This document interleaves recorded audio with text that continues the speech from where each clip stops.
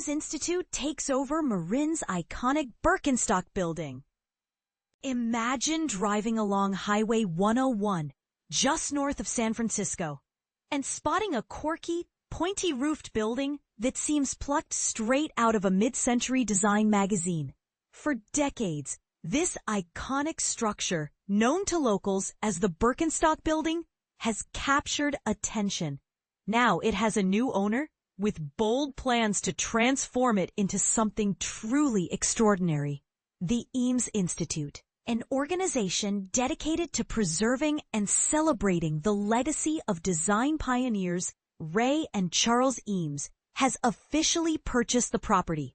This acquisition marks the beginning of an ambitious journey to turn the site into an internationally acclaimed hub for art, design, and innovation. But here's where it gets even more intriguing. What will this transformation mean for the local community, design enthusiasts, and the broader cultural landscape?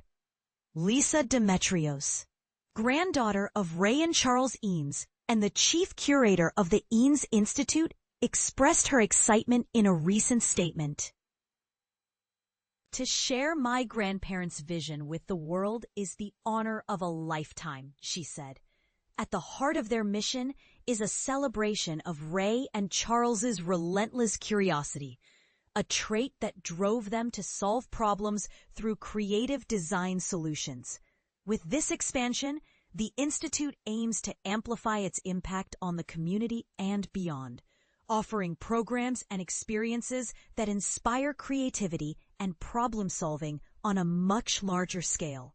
The sprawling 88.5-acre site includes not only the famous Birkenstock building, but also an adjacent warehouse. Plans for the renovation envision a multifaceted space designed to engage visitors in numerous ways. Imagine galleries showcasing rare items from the Eames family archive, interactive workshops where makers can experiment with new ideas, and educational programs tailored to learners of all ages. The grounds themselves will feature lush green spaces, inviting dining areas, and unique retail opportunities.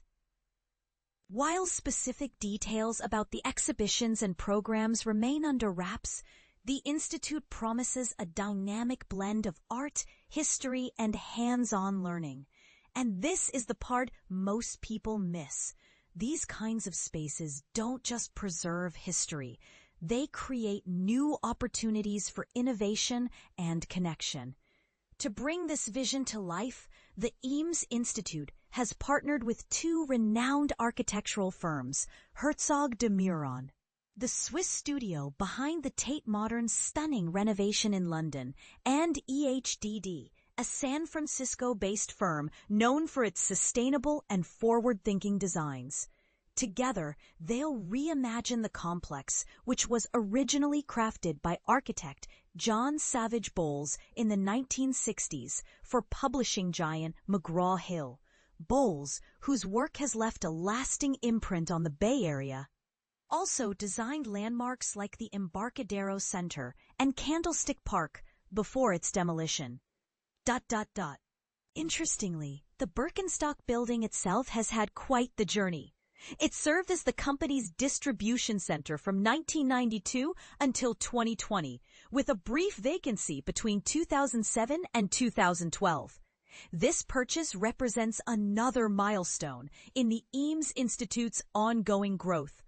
Earlier this year, in February 2024, the organization relocated its headquarters from Petaluma to Richmond, where it operates a workspace, archive, and gallery. Visitors to this facility can explore a rotating selection of over 40,000 artifacts owned by the Institute, ranging from early prototypes to finished products designed by Ray and Charles. While the Richmond location focuses on displaying the duo's groundbreaking creations, the new museum aims to go further by fostering the fearless spirit of experimentation that defined their work. As John Carey, President and CEO of the Eames Institute, puts it, this extraordinary space will enable us to expand our programming and reach a broader audience while serving as a permanent anchor for creativity and innovation in the Bay Area. But let's pause for a moment and consider the bigger picture. What does it mean to take a piece of architectural history and repurpose it for modern use? Is it possible to honor the past while embracing the future? These are questions worth pondering, especially as cities around the world grapple with how to preserve historic structures without stifling progress. Do you think the Eames Institute's approach strikes the right balance? Or could there be unintended consequences to reimagining such a beloved landmark? Share your thoughts in the comments below. We'd love to hear from you. Mid-century marvel, Novato's abandoned factory transforms into Eames Museum. This is a design revolution waiting to happen. The striking white multi-peaked concrete roof of the former Birkenstock factory by Highway 101 in Novato is about to be reborn as a world-class museum for Charles and Ray Eames. But here's where it gets controversial. Turning 88.5 acres of historic industrial land into an art and design destination may delight enthusiasts, but it also sparks debate over community impact, traffic, and preservation. You've probably driven past that bold 1964 building, originally crafted as a distribution center for McGraw-Hill, before Birkenstock moved in and called it home until 2019.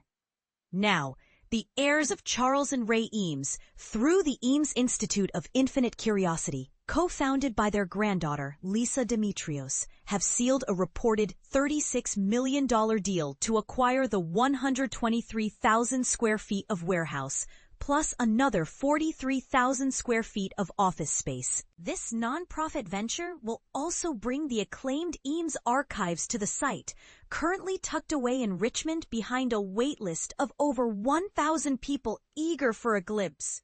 And this is the part most people miss. The Eames Institute isn't just preserving furniture masterpieces like the iconic 1956 Eames lounge chair. It's embracing the couple's lifelong mission to solve problems through design. Beyond the familiar plywood and leather chairs, Charles and Ray scoured everything from filmmaking to architecture, toy creation, and everyday utilities. Their work taught generations how simple materials could lead to groundbreaking solutions. To bring this expansive vision to life, the Institute has enlisted Swiss architects Herzog de Meuron, famed for the de Young Museum in San Francisco, alongside local firm EHDD as executive architects. Together, they're crafting plans for immersive art exhibitions, hands-on makerspaces, and workshops where beginners and pros alike can experiment. Educational programs will reach students of all ages, public green areas will welcome casual visitors, and a cafe and retail outlets will offer culinary delights and design-inspired souvenirs. Of course, a significant portion of the original Eames collection and family archives will be on display, contextualized with interactive stories and digital installations to help newcomers understand mid-century modern's enduring impact. To quote Lisa Demetrios, "To share my grandparents' vision with the world is the honor of a lifetime. Their boundless curiosity for solving problems through design has shaped the Eames Institute's mission. This expansion lets us share those gifts on a grander scale."